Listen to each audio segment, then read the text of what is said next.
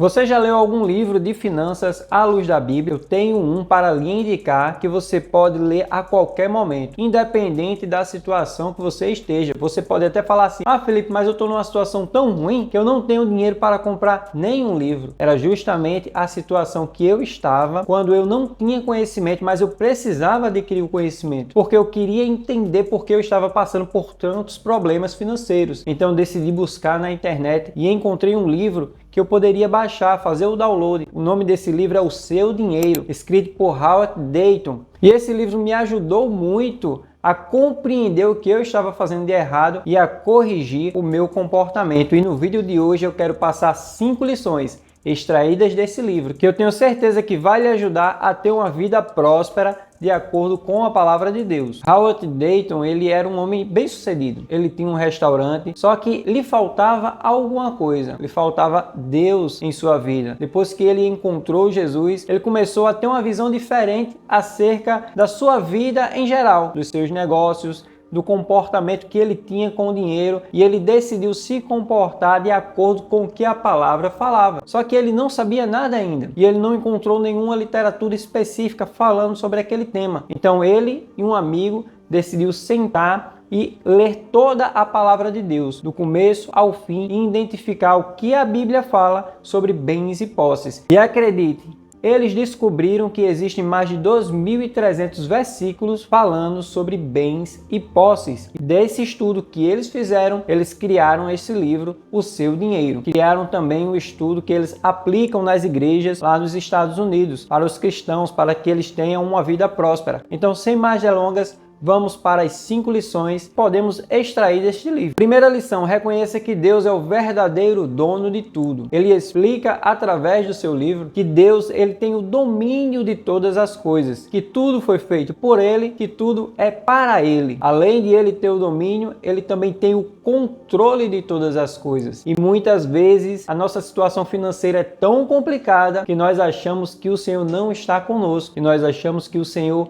ele não se importa, que ele não vai nos ajudar. Dentro desse tema também ele diz que de Deus vem a provisão. Independente da situação, por mais difícil que ela seja, o Senhor, ele chega com provisão, o Senhor, ele chega com socorro. Quando você entende que tudo pertence a Deus, toda decisão de gasto se torna uma decisão espiritual. A pergunta muda de o que queres que eu faça com o meu dinheiro para o que queres que eu faça com o teu dinheiro. Perceba que a mentalidade com relação a isso muda. É justamente o que ele nos ensina na segunda lição, que nós devemos ser mordomos fiéis de 100% daquilo que o Senhor nos confiou. Muitos acreditam que a obrigação que nós temos é apenas de dar os 10% de dízimo na igreja, ou ofertar, ou ajudar alguém. Acreditam que essa é a única responsabilidade que nós temos com relação à parte espiritual. Mas não, o Senhor nos orienta através de sua palavra que nós devemos ser responsáveis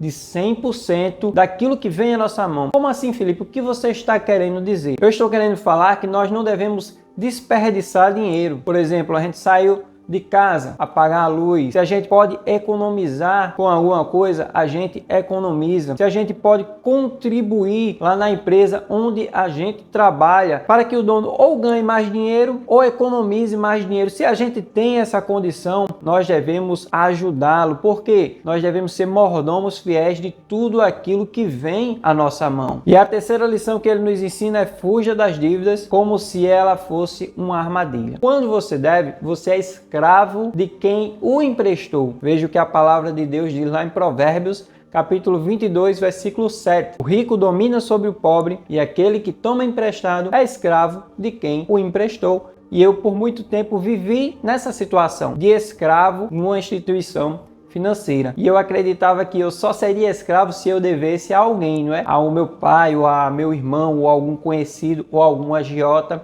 E eu pensava assim: não, cartão de crédito eu posso ficar devendo. Mas isso foi um atraso em minha vida, me complicou bastante. E ele traz essa orientação no livro, e depois que eu li, eu percebi: nossa, realmente minha vida está sendo uma vida de escravo. Por quê? Porque eu estou endividado, e não é isso que o Senhor quer para nossas vidas. Antes de eu ir para a quarta lição, se você está gostando desse conteúdo, já dá um like para que o YouTube entenda que esse conteúdo é importante e possa mostrar para outras pessoas também, e outras pessoas possam ter suas vidas transformadas através do conhecimento. E a quarta lição que podemos extrair desse livro, ele diz que nós devemos contribuir com generosidade e amor. Muitas pessoas ofertam, dizimam como se fosse uma obrigação, e não é verdade. O dízimo, a oferta, é uma maneira de adorarmos a Deus, é uma expressão de adoração. E se nós fazemos isso por obrigação, o Senhor não recebe a nossa adoração, o Senhor não recebe o nosso louvor. Nós devemos fazer com amor, com generosidade, com o coração alegre. E a palavra de Deus, ela diz lá em Atos 20, versículo 35, mas bem-aventurado é dar do que receber. Lá em 1 Coríntios, capítulo 13, versículo 3, diz que se não tiver amor, não serve de nada. Todo o nosso sacrifício, toda a nossa oferta ou aquilo que a gente queira fazer, se for sem amor, se for como obrigação, o Senhor ele não recebe. Veja a oferta de Caim e Abel. Qual foi a oferta que o Senhor recebeu? Recebeu a oferta de Abel. Porque Caim ofertou, mas não ofertou de todo o coração. Não ofertou do melhor que ele tinha. E o Senhor não recebeu a sua oferta. E aqui está a lição para encerrarmos. Ele diz que nós devemos praticar a honestidade absoluta em todas as áreas da nossa vida e trabalhar com excelência. O que seria a honestidade absoluta? Quando você está no mercado e o caixa esquece de passar um produto, você fica calado ou você diz, olha, faltou esse produto? Ou quando você recebe um troco errado de alguém, você fica calado ou você diz, olha, você me passou um troco errado, devolve aquele dinheiro. É nisso que ele fala, em ser honesto em todas as coisas. Já vi cristãos falando assim, eu achei um celular perdido na rua, corri, tirei o chip do celular e agradeci a Deus, porque realmente eu estava precisando de outro celular e aquele celular ali foi uma providência, foi Deus que mandou. Veja só, o celular que era de outra pessoa, um celular que alguém perdeu, certamente aquela pessoa está passando por dificuldades por perder aquele celular. O correto seria o quê? Devolver aquele celular. Porque quando agimos desonestamente, não acreditamos que o Senhor ele vai providenciar, que o Senhor ele vai chegar nos socorrendo no momento de angústia. Se estamos passando por uma dificuldade, quem vai nos ajudar? É o Senhor. Como nós vimos no começo, na primeira lição, que Deus ele tem o controle de tudo. Deus ele tem o domínio e dele é a provisão. Quando agimos desonestamente e não esperamos a provisão do Senhor, ele não se agrada e isso vai interferir na nossa vida financeira, impedindo a nossa prosperidade. Amém? Se gostou do vídeo, dessas 5 lições, já se inscreve no canal para não perder nenhum de nossos conteúdos. Coloque em prática que logo logo você verá o resultado em sua vida financeira.